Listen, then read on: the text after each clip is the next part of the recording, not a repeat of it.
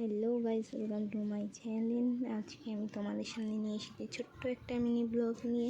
ব্লগটা ভালো লেগে থাকলে লাইক কমেন্ট অবশ্যই করবে, সাবস্ক্রাইব করে পাশে থেকো, সাপোর্ট করো আমাকে একটু। আমিও যাতে তোমাদের মতন একটা ছোট্ট ইউটিউবার হতে পারি, সবাই যেন আমাকেও চেনে।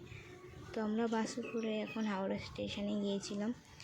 হাওড়া স্টেশন থেকে যাওয়ার সময় মা বলছে আমরা কতদিন আসি না হাওড়া স্টেশনে।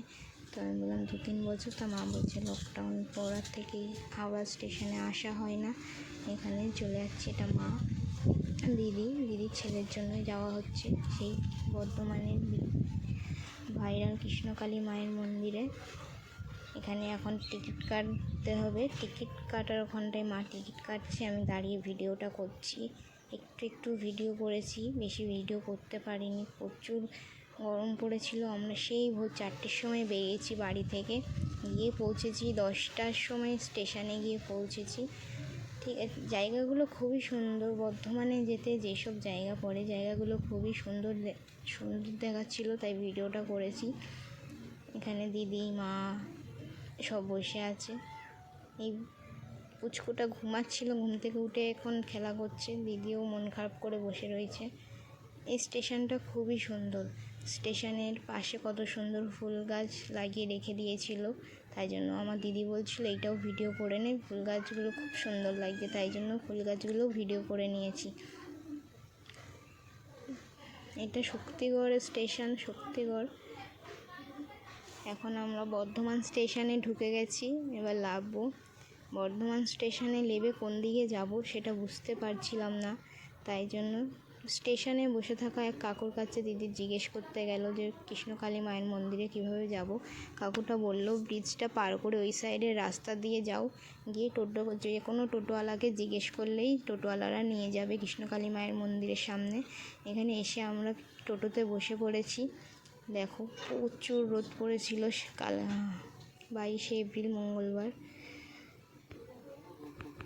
এখন টোটোতে বসে আছি, প্রচুর রোদ পড়েছিল, খুবই কষ্ট হচ্ছিল, যেতে ক্লান্তি লাগছিল, তবু বসেছিলাম পুচকুটাকে কোলে নিয়ে। টোটোটাও ছেড়ে দিয়েছে। অনেকটা ভেতরে, আমাদের বর্ধমান স্টেশন থেকে অনেকটা ভেতরে যেতে হয়েছে, প্রায় 8 ঘন্টা মতো রাস্তা, 8 ঘন্টার থেকেও বেশি হতে পারে, সময়টা অতটা ঠিক মনে নেই, কিন্তু অনেকক্ষণ বসেছিলাম আমরা টোটোতে। এখন কাকু বলছে ওইখানে মন্দিরটা দেখিয়ে দিল আমাদেরকে, পয়সাটা দিয়ে মন্দিরের দিকে রওনা দিলাম।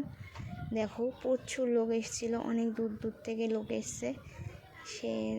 যারা অনেক দূর থেকে আসে তারা এখানে রাতেও থাকে, রাতে থেকে পরের দিন পুজো দিয়ে তারপরে বাড়ি যায়। এখানে ফুল, ডালা, ফল তোমরা সব কিছুই পেয়ে যাবে। যদি তোমরা কেউ যেতে চাও গিয়ে ঘুরে আসতে পারো। বর্ধমান স্টেশনে নেমে যে কোনো কাউকে জিজ্ঞেস করলেই মন্দিরের সামনে নামিয়ে দিবে। মন্দিরটা খুবই জাগ্রত, যে যা মানত করেছে সবই পূর্ণ হয়েছে। 1 থেকে 2 বার করে লোক এসেছে সেখানে, আমি প্রথমবারই গিয়েছিলাম। এখন আমরা একটা ডালা কিনে নিয়েছি, ডালা কিনে জুতোটা রেখে দেখো ডালাটা, প্রচুর রোদ পড়েছিল, তাও কষ্ট করে ভিডিওটা করেছি যাতে তোমাদেরকে একটু দেখাতে পারি। সবাই তো ব্লগ করে, আমি তো ব্লগ করি না, শর্ট ভিডিওই পোস্ট করি। তোমাদের একটু সাপোর্ট দরকার, আমারও খুব ইচ্ছা আমিও একটা ইউটিউবার হব। প্লিজ তোমরা ছোট বোন ভেবে সবাই আমাকে একটু সাপোর্ট করো। এখানে যারা পুজো দেওয়া হয়ে গেছে তারা বসে আছে, যদি কিছু ভুল বলে থাকি তাহলে ক্ষমা করে দিও ছোট বোন ভেবে। প্লিজ সবাই একটু সাবস্ক্রাইব, লাইক, কমেন্ট করে দিও, ভালো লাগলে পাশে থেকো সবাই আমার। Thank you.